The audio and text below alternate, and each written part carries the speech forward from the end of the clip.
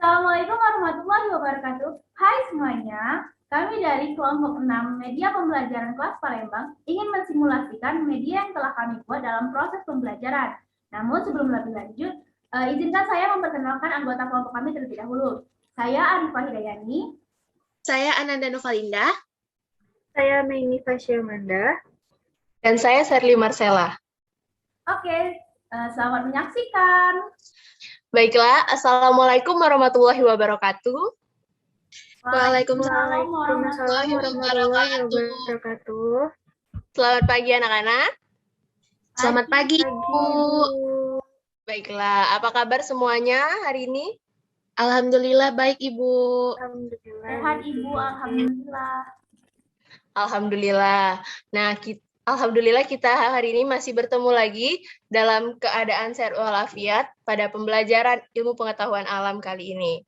Nah, ada baiknya sebelum kita memulai pembelajaran, kita mengucapkan lafaz basmalah terlebih dahulu. Bismillahirrahmanirrahim. Ya, ayo, ada yang tahu nggak sih kita hari ini akan belajar materi tentang apa? Arifah, Ibu mau jawab? Coba Arifah, hari ini kita akan mempelajari materi tentang apa? Hari ini kita akan mempelajari materi tentang struktur dan fungsi organ pada tumbuhan, Bu. Ya, benar sekali. Jadi hari ini kita akan mempelajari materi mengenai struktur dan fungsi organ pada tumbuhan. Nah, sebelum itu Ibu mau tanya nih sama kalian. Coba Meini, di rumah kamu ada nggak sih tumbuhan?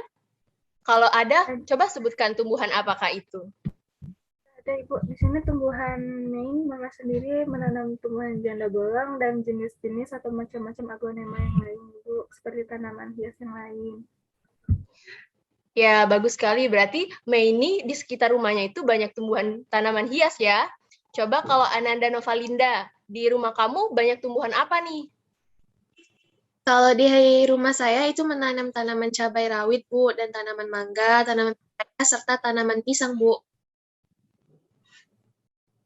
Ya, di rumah Ananda juga sangat banyak ya tumbuhan di sekitar rumahnya. Nah, kali ini sebelum memulai pembelajaran, ada baiknya Ibu menampilkan video terlebih dahulu. Kalian harus simak dengan baik-baik ya, nanti akan Ibu tanyakan secara random. Oke, simak videonya baik-baik ya.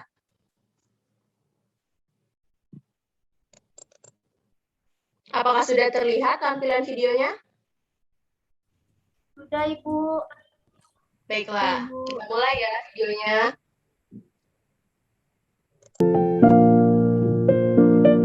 Assalamualaikum warahmatullahi wabarakatuh. Perkenalkan, kami dari kelompok 6 Palembang, mata kuliah media pembelajaran yang beranggotakan Ananda Novalinda, Arifah Hidayani, Meini Fasya-Amanda, dan saya sendiri Sherly Marcella. Di sini kami akan membahas materi mengenai struktur dan fungsi tumbuhan, yang mana video ini dibuat untuk memenuhi mata kuliah media pembelajaran. Sebelum memasuki materi mengenai struktur dan fungsi tumbuhan, apakah kamu pernah mengamati bagian-bagian tumbuhan dengan seksama? Tahukah kamu tumbuhan tersusun atas organ apa saja? Dan apakah kamu juga tahu struktur dan fungsi dari masing-masing organ penyusun tumbuhan? Kamu tentu tertarik bukan untuk mengetahui jawaban dari pertanyaan tersebut? Oleh karena itu, ayo pelajari bab struktur dan fungsi tumbuhan. Simak videonya berikut ini. Nah, masih ingatkah kamu bahwa tumbuhan dapat diklasifikasikan menjadi kelompok tumbuhan tidak berpembuluh atau talofita dan tumbuhan berpembuluh atau tracheofita? Pada bagian ini, kamu akan mempelajari lebih dalam tentang tumbuhan berpembuluh. Masih ingatkah kamu apa itu organ?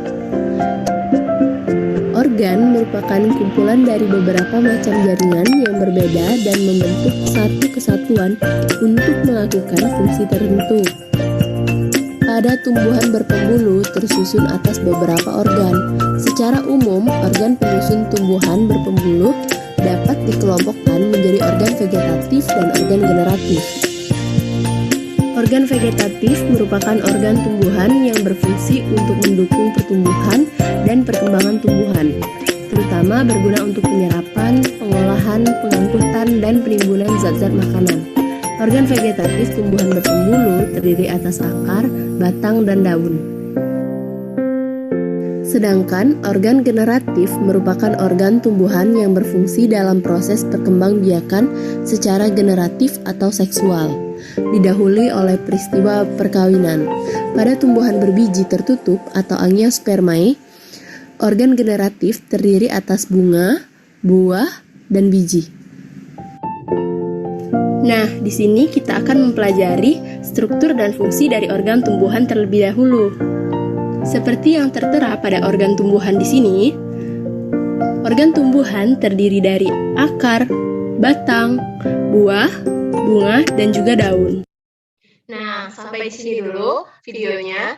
Ibu mau tanya nih sebelumnya, dari kelima organ ini kan ada akar, batang, buah, bunga, dan daun. Seperti yang disebutkan tadi, bahwa organ tumbuhan itu terbagi menjadi dua kelompok. Ada yang organ vegetatif dan juga ada organ generatif.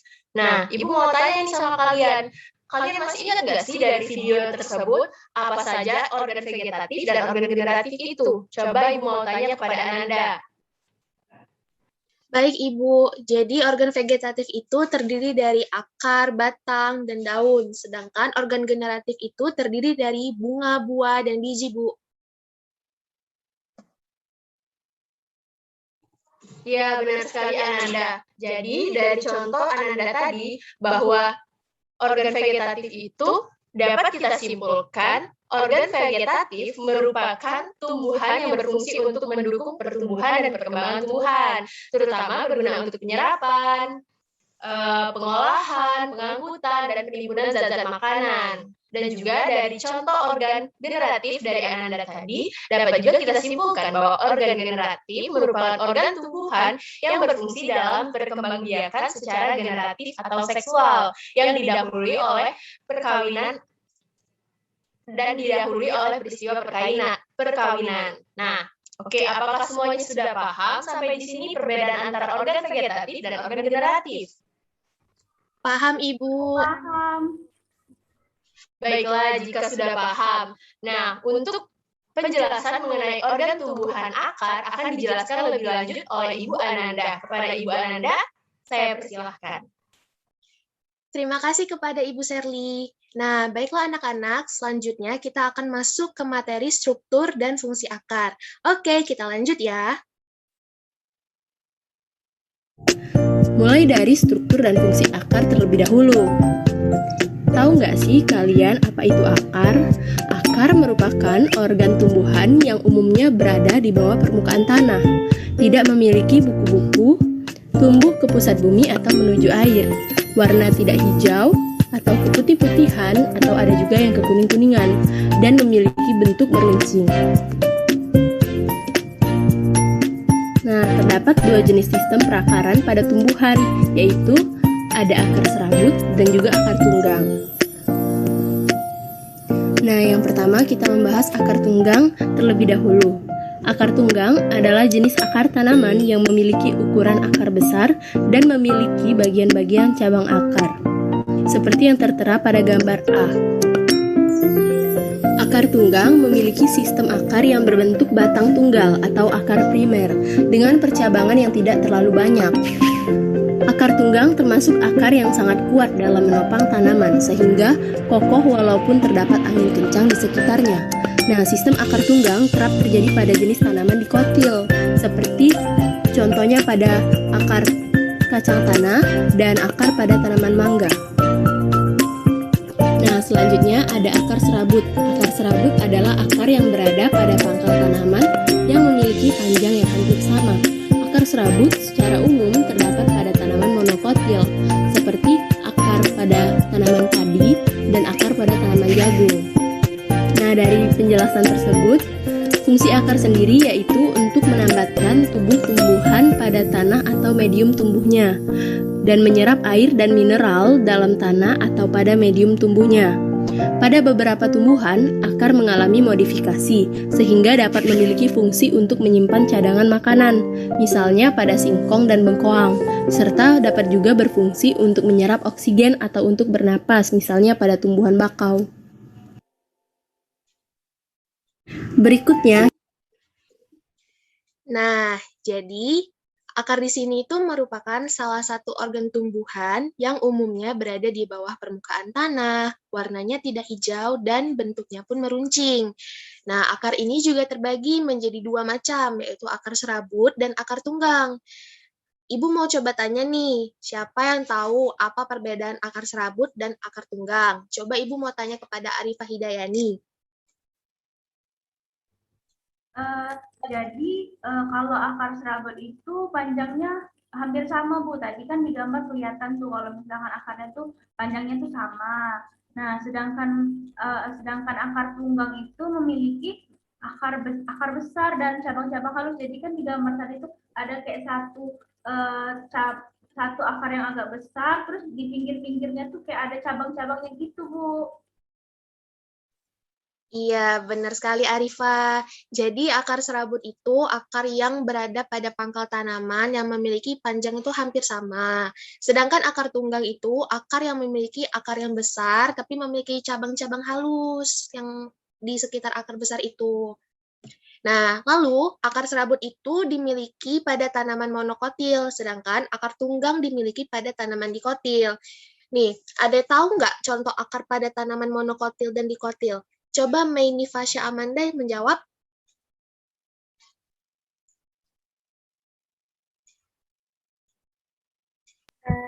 Jadi Bu, untuk akar monokotil itu adalah contohnya saja yaitu tanaman jahe, kunyit. Terus untuk dikotil itu tuh tanaman seperti daun singkong, Ibu. Baik, bagus sekali jawabannya Maini. Nah, lalu akar ini memiliki fungsi, yaitu untuk menambatkan tubuh tanaman pada medium tumbuhnya, menyerap air dan mineral yang ada pada tanah, dan sebagai penyimpan cadangan makanan. Lalu satu lagi nih, ada fungsi akar yang lain nih. Coba, Sherly Marcella, jawab. Baik Bu, fungsi akar yang lain itu sebagai tempat penyerapan oksigen atau tempat bernafasnya. Baik, pintar sekali Sherly. Nih, baiklah anak-anak, materi selanjutnya akan dilanjutkan oleh Ibu Maini. Kepada Ibu Maini, saya persilahkan. Baiklah, terima kasih kepada Ibu Ananda atas kesempatannya dan penjelasannya yang pasti menarik dan mudah dipahami oleh anak-anak ya. Baiklah anak-anak, kita lanjut video tersebut ya. Mohon diperhatikan dengan seksama.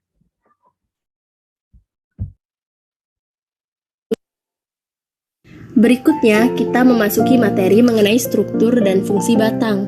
Batang umumnya berbentuk panjang bulat seperti silinder, memiliki ruas-ruas atau internodus yang masing-masing dibatasi oleh buku-buku atau nodus. Pada nodus inilah tempat melekatnya daun dan tunas. Kemudian, tahukah kalian apakah fungsi batang? Fungsi batang sendiri untuk menyokong bagian-bagian tumbuhan yang berada di atas tanah dan sebagai jalan pengangkutan air dan mineral dari akar menuju daun dan jalan pengangkutan makanan dari daun ke seluruh tubuh tumbuhan. Tahukah kamu apa perbedaan struktur luar batang tumbuhan monokotil dan dikotil? Batang tumbuhan monokotil memiliki ruas-ruas batang terlihat jelas, seperti pada gambar berikut. Sedangkan batang tumbuhan dikotil, ruas-ruas batang tidak terlihat jelas, seperti pada gambar berikut. Terlihat jelas bukan perbedaan dari keduanya? Nah, pada beberapa tumbuhan juga dapat mengalami modifikasi batang dan berfungsi sebagai tempat menyimpan cadangan makanan. Misalnya, pada rimpang kunyit dan juga kentang.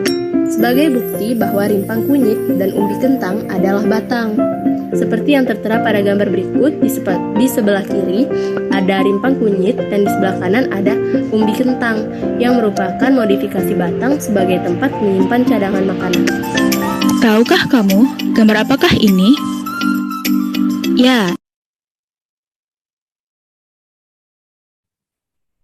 Jadi, sebelum Ibu menjelaskan tentang struktur batang dan daun ini, kita kan udah tahu nih, sebelumnya yang telah dijelaskan oleh Ibu Sherly Marcella dan Ibu Ananda Novalinda bahwa struktur dan fungsi jaringan tumbuhan itu bukan terdiri dari organ-organ tumbuhan maupun akar, tetapi juga memiliki struktur batang dan daun. Nah, di sini Ibu akan menjelaskan struktur batang dulu ya.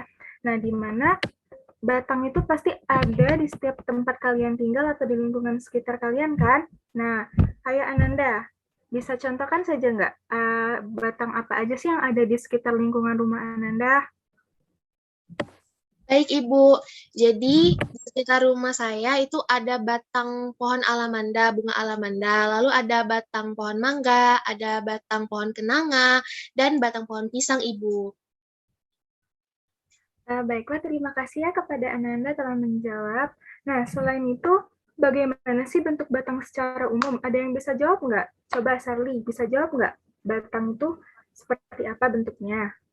Baiklah, Bu. Bentuk batang itu seperti bulat atau silindris. Oke, baiklah, terima kasih ya kepada Sally. Benar ya apa yang dibilang oleh teman kalian, bahwa batang itu secara umum memiliki bentuk bulat seperti silinder, memiliki internodus atau ruas-ruas, di mana nodus ini adalah tempat melekatnya daun dan tunas. Nah, selain itu, batang juga memiliki fungsi loh. Ada yang tahu nggak fungsinya itu apa? Kepada Nanda, bisa menjawab? Iya, Ibu. Jadi, fungsi batang itu untuk sebagai penyalur air dan mineral, Bu. Nah, iya benar ya, secara umumnya dan secara jelas bahwa fungsi batang itu memiliki fungsi menyokong bagian-bagian tumbuhan yang berada di atas tanah, terus sebagai jalan pengangkutan air dan mineral dari akar menuju ke daun, sebagai jalan pengangkutan makanan dari daun ke seluruh tubuh tumbuhan. Nah, selain itu, struktur batang sendiri dapat dibedain loh, yaitu ada struktur luar, batang monokotil, dan batang dikotil, di mana batang monokotil itu memiliki ruas batang-batang yang terlihat jelas, sedangkan dikotil tidak terlihat jelas. Nah, baiklah. Berikutnya ada penayangan video tentang daun ya, mohon diperhatikan dengan seksama. Modifikasi batang sebagai tempat menyimpan cadangan makanan. Tahukah kamu gambar apakah ini? Ya, ini adalah gambar daun. Daun merupakan organ tumbuhan yang menempel pada batang. Biasanya berbentuk tipis, lebar, dan berwarna hijau karena memiliki zat klorofil.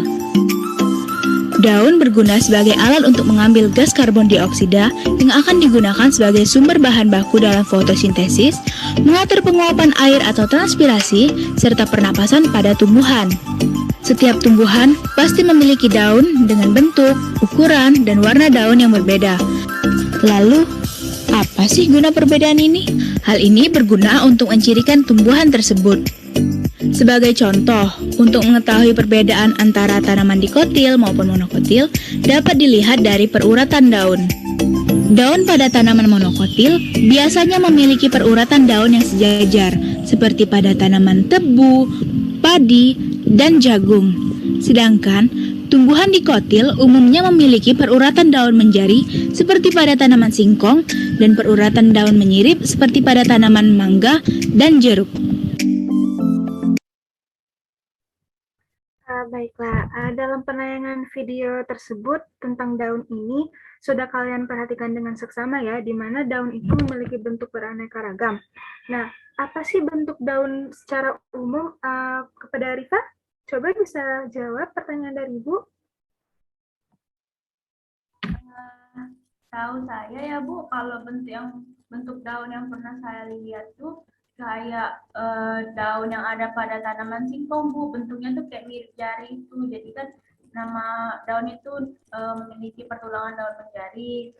Terus biasanya tuh daun-daun yang saya lihat itu berwarna hijau Bu, kayak tanaman mangga atau tanaman jeruk kayak gitu Bu. Baiklah, benar ya apa yang dijawab oleh Arifa. Nah, memang bentuk-bentuk daun itu memiliki aneka ragam, di mana berbentuk tipis dan lebar dan berwarna hijau. Nah, berwarna hijau ini yaitu mengandung klorofil. Nah, selain warna hijau, daun juga ada yang berwarna lain loh. Kalian tahu nggak sih daun-daun yang berwarna lain seperti berwarna merah itu daun termasuk tanaman apa? Ada yang tahu nggak? Saya Bu. Boleh, Arifa lagi ya. Ya. Jadi daun itu tuh kalau yang saya tahu selain berwarna hijau, dia juga ada yang berwarna merah Bu. Kayak tanaman di rumah saya itu ada daun tanaman aglonema, daunnya itu warna merah, Bu. Ya, benar sekali ya yang dijawab Arifah. Selain warna merah, tanaman aglonema itu juga terdiri banyak warna loh. Ada warna merah, ada warna putih, ada warna yang berkombinasi seperti hijau dan putih ya. Terima kasih kepada Arifah sudah menjawab. Nah, di dalam video kan fungsi daun itu seperti apa, fungsi daun itu apa. Nah, apa aja sih fungsi daun yang telah dijelaskan dalam video tersebut? Ada yang tahu nggak fungsi daun itu apa? Mungkin kepada Sherly bisa menjawab fungsi daun itu apa?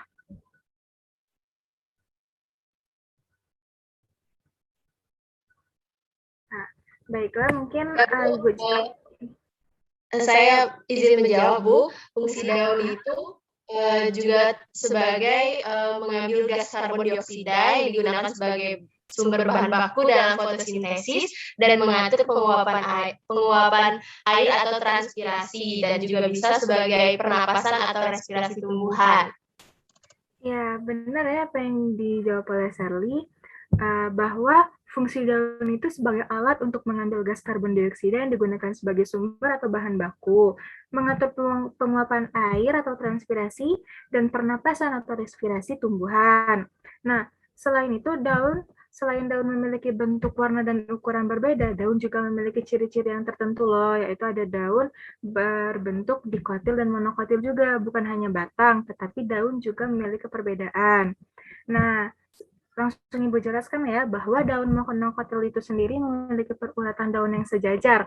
Contohnya saja pada daun kelapa. Pernah kan kalian lihat daun kelapa bahwa urat-urat daunnya itu sejajar, lurus seperti jari kita lurus seperti ini. Nah, sedangkan dikotil itu memiliki peruratan daun yang menjari seperti daun singkong ya. Kalian pernah lihat kan bahwa daun singkong itu contohnya saja kayak seperti jari-jari kita, memiliki 5 urat daun ya, itu menjari. Nah, baiklah, mungkin itu saja yang Ibu jelaskan. Ada yang ingin bertanya? Oke, baiklah, mungkin tidak ya. Sekian ya penjelasan dari Ibu. Ibu lanjutkan kepada Ibu Arifah. Semoga penjelasan Ibu mudah dipahami ya anak-anak. Terima kasih.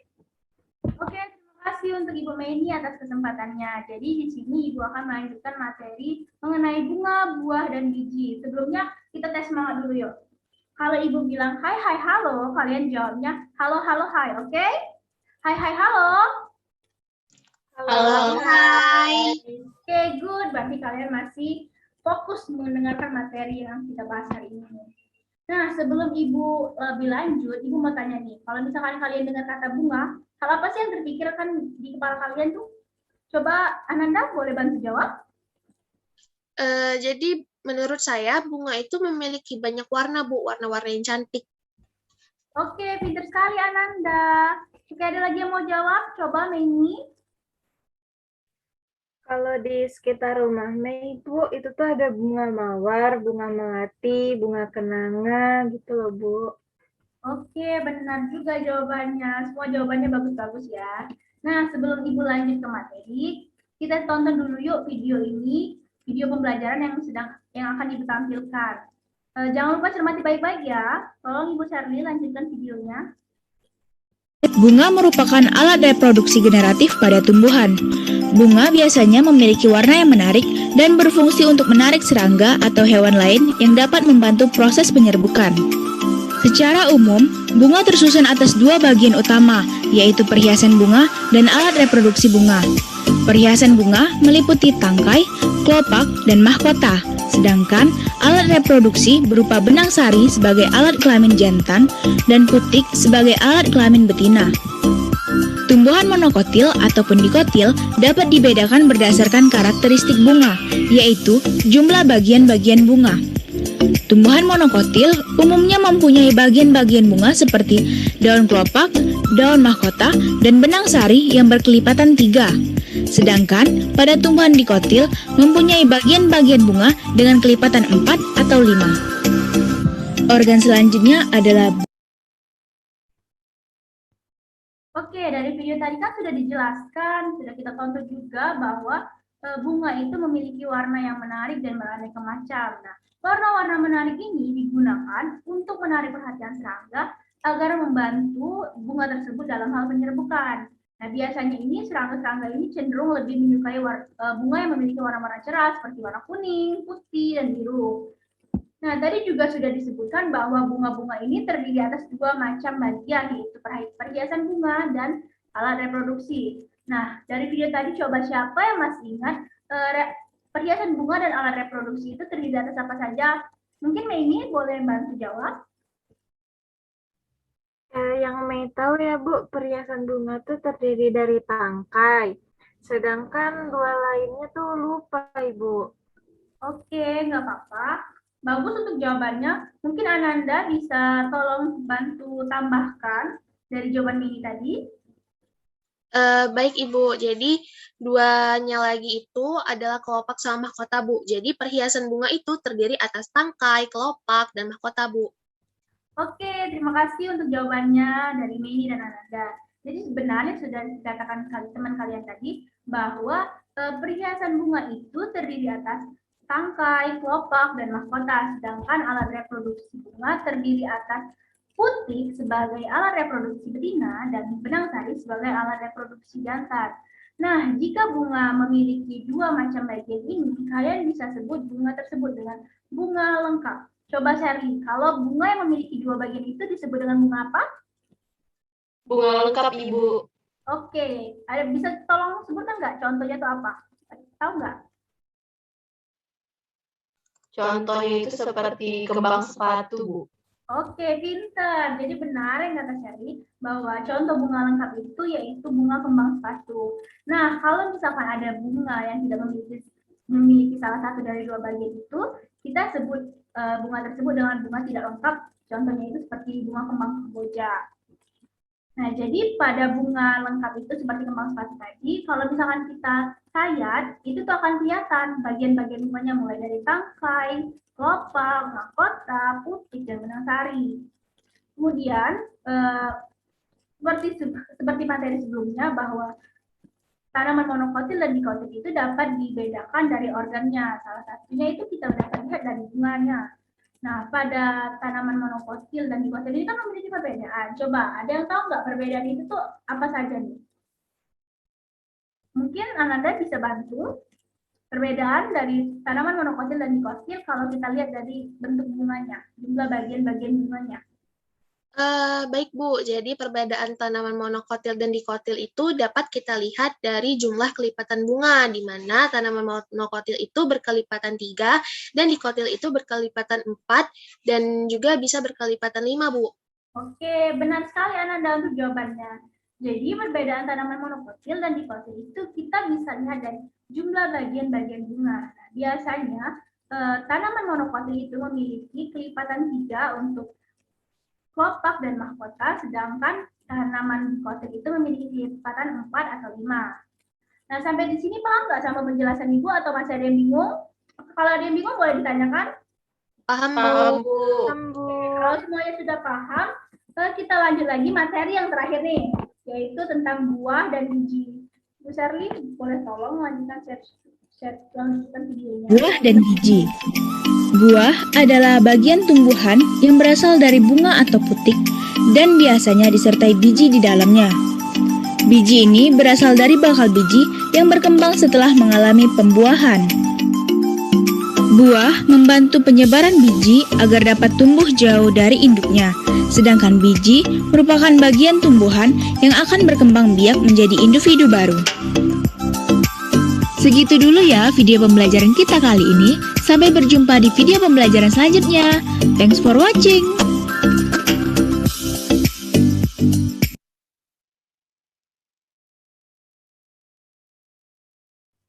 Oke, tadi di dalam video itu sudah dijelaskan bahwa buah itu berasal dari bunga, ya kan? Nah, coba siapa yang tahu bagian apa dari bunga yang akan berkembang menjadi buah?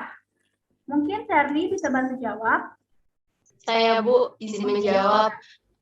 Silakan. Jadi buah itu berasal dari bunga atau berasal dari putik, Bu? Oke, ya pintar sekali. Jadi benar bahwa bunga itu berasal dari putik. Nah, di dalam putik itu sendiri ada yang namanya bakal buah dan ada yang namanya bakal biji. Nah, bakal buah ini bakal berkembang menjadi buah dan biji akan berkembang menjadi biji ini akan berkembang menjadi biji jika mengalami pembuahan. Nah, buah ini kan tadi sudah dijelaskan bahwa buah itu membantu dalam penyebaran biji untuk jauh dari induknya, sedangkan biji itu akan berkembang biak menjadi individu baru. Jadi kalau misalkan kalian beli buah nih, misalkan buah mangga, terus sudah kalian makan nih, biji itu jangan langsung kalian buang, tapi harus kalian tanam. Siapa tahu jika kondisi lingkungannya bagus, biji itu akan berkembang menjadi pohon mangga. Oke, dari penjelasan Ibu tadi, sudah paham mengenai materi bunga, buah, dan biji atau masih ada yang bingung? Silakan, kalau ada yang bingung boleh ditanyakan. Paham, Bu. Paham, Bu. Oke, semuanya sudah paham ya, berarti dari penjelasan Ibu tadi. Nah, kalau semuanya sudah paham, coba satu orang tolong berikan kesimpulan dari materi yang sudah kita bahas tadi.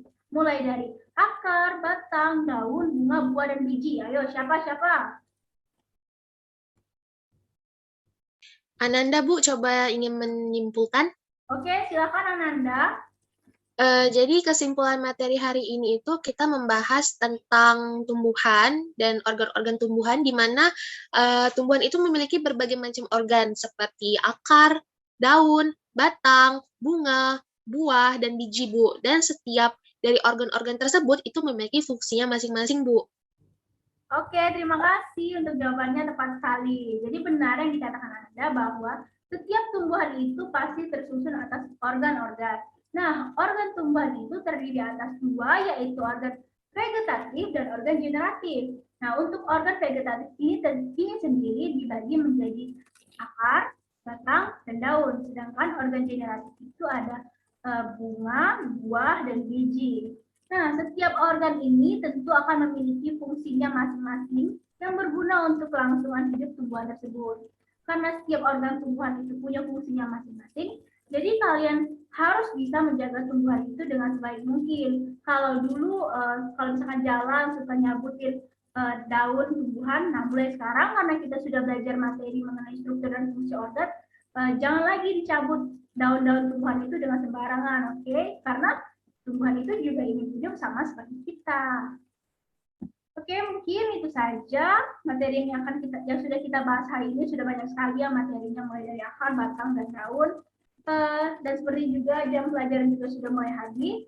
Jadi jangan lupa di pertemuan selanjutnya kita akan membahas materi mengenai struktur dan fungsi jaringan pada tumbuhan, serta teknologi yang terinspirasi dari struktur tumbuhan ini.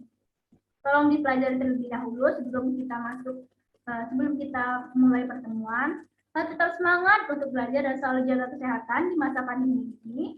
Ibu akhiri, wassalamualaikum warahmatullahi wabarakatuh. Jangan lupa belajar ya. Waalaikumsalam warahmatullahi wabarakatuh. Baik, Bu. Baik, Bu, terima kasih. Ya, Ibu N ya.